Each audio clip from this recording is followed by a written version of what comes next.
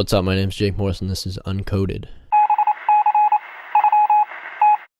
So today I'm going to be breaking down the production and songwriting of my newest song, Quintessential Qualms. It came out on the 7th of March. It's featuring Ale. We got Aaron Christian on the guitar. And it's produced by me, so I'm going to show you a little bit of what I did. It's pretty simple overall track here. You know, we got 30 tracks in the whole thing, but I mean, we got 6 pianos just to start with. Yeah, it started off, I wrote these chords into the MIDI, and then I very intentionally dragged them out so it looked like I was playing like...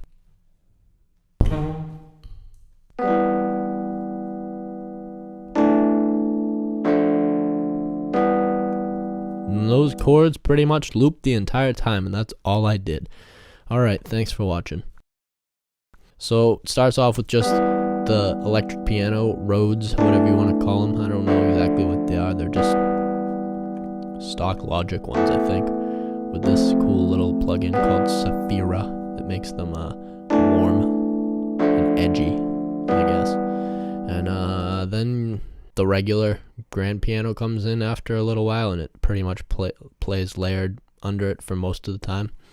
And so you might not even notice it if you hear them alone, though. They sound like that, pretty EQ'd, like pulling a lot of low end out, making them really just like, I don't know, just adding a texture.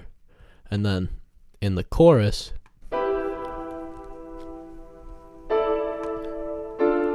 you got those playing an octave up on a regular piano and panned hard left and hard right. And so all the chords together in the chorus sounds like this. Very subtle with the like higher octave one that's layered. So I mean, if I just had this piano playing the whole time, it'd probably get really repetitive. But the thing that sort of breaks it up and makes it interesting is these arpeggiators. So we got this one, and when I say that I only drew those chords in and that's all I did, that's really all I did. Like the synth,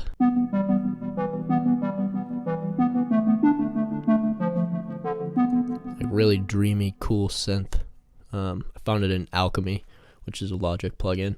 Only thing I did here was I took those chords and I just quantized them so that they didn't have that little cool natural chord playing thing, and then I just put an arpeggiator. Actually, there was a built-in arpeggiator in Alchemy that's doing that. Yeah, I mean, if you want to go into Alchemy and find this is exactly what it looks like.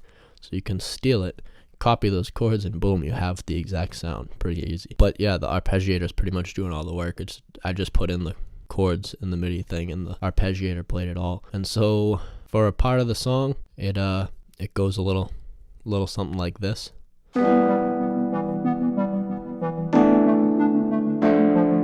And then it switches up. I'm going to take these drums out. It switches up to this arpeggiator. So I'll play that by itself too. Just it's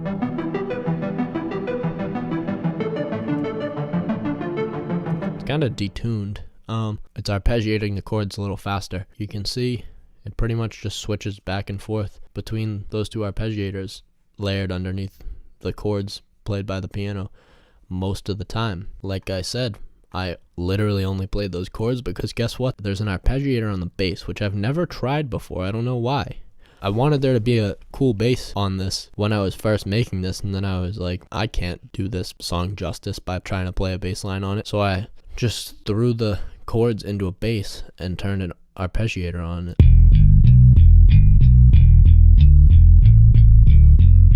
And it just kind of runs through the notes of the chords and arpeggiates and sounds cool as fuck. And so yeah, musically it's all a lot of stuff like that. Aside from in the chorus, you got Aaron going crazy on the guitar in the chorus.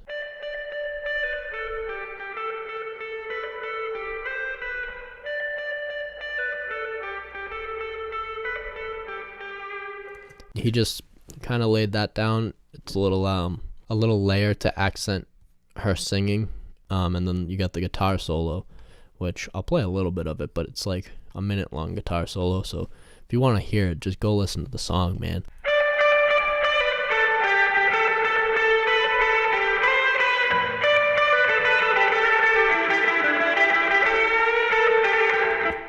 Yeah, he went crazy. He always seems to come in and I'll be like, I'll explain what I want, and then he'll play what I think, but way cooler. Every song pretty much this year that you'll hear guitar on, at least until October, the songs that I have lined up right now, he played all that in one night. He just came through and played guitar on whatever songs I needed guitar on. So this song, I think, was the first one that we did. And he did that part in the chorus, and then I was like, all right, I'm just going to have like a minute-long guitar solo. The drums change up at the end, and I want a long-ass guitar solo to outro it. And so at first, he was playing kind of like a reserved little guitar solo, which is cool, but I was like, nah, you gotta go crazy. Like, I know you can shred, so you just give me something crazy.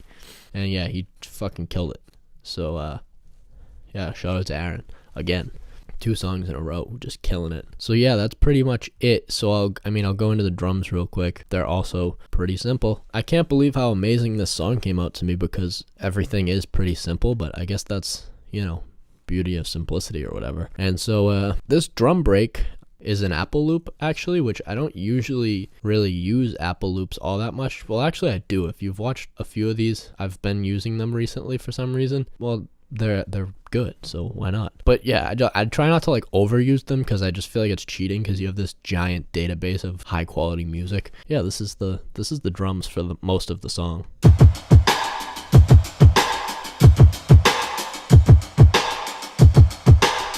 So yeah, those drums pretty much play all the way throughout the song, coming out at some points, but in the chorus I add this little percussion, which again, with the laziness, this is Logic drummer just doing some percussion, laying some percussion down for me. Like, I use like all the cheat codes to get through this song, but it sounds really good, so whatever.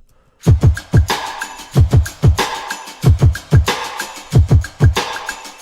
it plays that, and then I have these little air hits.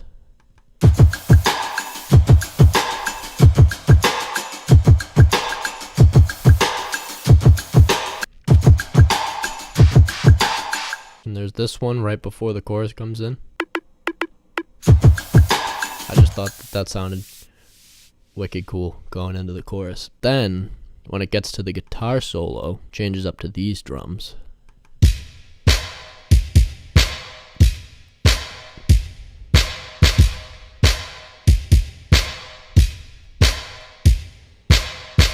Which this was just a drum loop that I had on my computer. And yeah, so those drums change up there. But yeah, that felt like a really quick run through of everything in this song, but it's really just like, aside from Aaron just going crazy on the guitar, everything that I did is pretty simple. I would say my instrument of choice is Logic Pro. I just played that really well in this. Like, I played those chords, which are beautiful chords, but then the rest of it I just used Logic to like kind of cheat my way to finishing the song. So I just knew the right tricks to get me through it. So we got Ale on the fucking chorus here. They're mixed a little bit different on the final record, but for the most part you'll get the idea. Shout out Nick Mitty for mixing this. And yeah, so we got this little reverse vocal thing where I think I just took the word I that she sings at the beginning of the chorus. Yeah, just put a shitload of reverb on it and then bounced it in place in Logic and then reversed it. And so now it's this little like lead up thing. And so then it goes into her regular vocal. I don't know where I'm going, but I know that I'm on my way. I don't know where I'm going, but I know that I'm on my way. And that's her regular vocal. And then low harmony. Where I'm going, but I know that I'm on my way. I don't know where I'm going. And then you got these harmonies that she sang. So they go like this. If you got headphones on, you'll hear the panning here. Pan 26 right, 26 left. I know that I'm on my way. Damn. So she did 2 different takes of singing the harmonies of only like the second half of every line, basically. I don't know where I'm going, but I know that I'm on my way. I don't know where I'm going, but I know that I'm on my way. So that sounds sick already. I just wanted to try something else. So what I did was I made 2 more tracks and then I panned them a hard left and hard right. I got these harmonies labeled wrong. Wicked right is panned wicked left and wicked left is panned wicked right. But they're labeled wrong, but they're panned right, so it's fine. You'll get the idea. The regular harmony is panned right, but when it's on this one, it's panned hard left, and all it has is this pitch shifter on it to make it really high, a really high harmony. So, and then this one, because I switched the way that they're panned, it's like, I know that I'm on my way. it's like there's 4 different harmonies when she only had to record the harmony takes 2 times. And so, yeah, it's a kind of cool little effect. They're supposed to be really low in the mix, so like they're not obnoxious, like high pitched, like a EDM vocal or something. It's like wouldn't fit in this song. But that's pretty much it on the production of that. And then, yeah, you got my verses. So, Are you almost done? yeah. The term quintessential qualms basically means a perfect example of fear or doubt. To me, this is felt in music and in other people in my life. That's what I have sort of a blurb written down about it, because you have to like know what both of those words mean, which I guess they're not like crazy big words, but they just sound like, what are you talking about? Like when I'm going to work or like doing whatever, sometimes I just feel like I'm not doing the right things, but then every day I come home and I make another song and it's all okay. So like I'm talking about no matter what qualms I have with my life, I come home and I make another song and it's all okay. So this part is pretty tight. I mean, there's so much good writing in this that it's gonna take me a while. Brake lights on the morning commute, they just piss me off and remind me of you, and I swear to God that I'm not trying to be rude, but I just can't surround myself with people that ain't gonna move. I mean, that's a sick like 4-bar metaphor comparing a person that's holding you back to traffic. Pretty sick. But that was actually a cool moment, because you know when you're writing songs, like it's a weird process. Like at the end of it, you're like, how the hell did I just write this? That one is like a part that I can actually remember. I was driving to work and I was sitting in traffic. I had left later than I would like to. I like to leave way too early and just like get there early and mentally prepare to go to work for the day. But I left later than I should and was sitting in traffic, and brake lights on the morning commute, they just piss me off. And then I just like somehow, I don't know how it just popped in my head to turn it into a whole ass metaphor, but I guess I'm blessed, but I'm fiending for some success, and it's hard to see the whole picture when you're inside of the frame. That's such a good line. I need perspective, been focused on this checklist and checking off these goals with tunnel vision's kind of reckless. Damn. I mean, what a thoughtful man I am. Yeah, checking off goals with tunnel vision is kind of reckless, I guess. Like, you gotta sort of know the rest of life is happening. Like, I have a tendency to sometimes slip into that tunnel vision thing where, like, I'm only focused on music. But then sometimes you gotta just, like, deal with life, which sucks. But, like, you know, you can relate that to anything in life, too. Like, if you're passionate about it, sometimes it gets hard to, like, focus on the rest of life. I got a goal. I know that I'll achieve it. The hardest part is finding the right door to put my key in. I keep on knocking, but no one's letting me in.